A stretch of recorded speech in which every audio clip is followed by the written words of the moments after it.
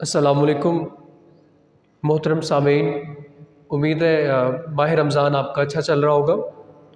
تو میری کوشش ہوتی ہے کہ نصابی سرگرمیوں کے علاوہ بھی اسلامی مذہبی یا تفریحی ٹورز جو ہوتے ہیں ہمارے، تو جو مختلف علاقوں میں ہمیں جانا ہوتا ہے، تو وہاں کے کچھ مناظر کیپچر کیے جائیں اور آپ لوگوں کے ساتھ شیئر کیے جائیں۔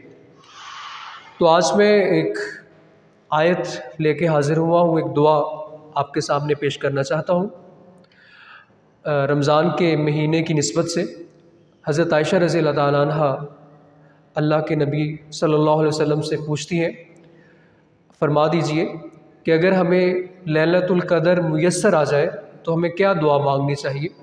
تو اللہ کے نبی نے فرمایا یہ دعا پڑھیں، اللہم انک عفو تحب العفو فاعف عنی، اللہم انک عفو تحب العفو فاعف عنی۔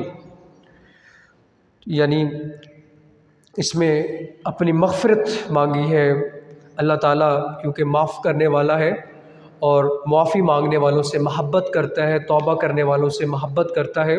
اللہ تعالیٰ کی توبہ بڑی وسیع ہے، اللہ کی رحمت بڑی وسیع ہے، توبہ کا در ہمیشہ کھلا رہتا ہے۔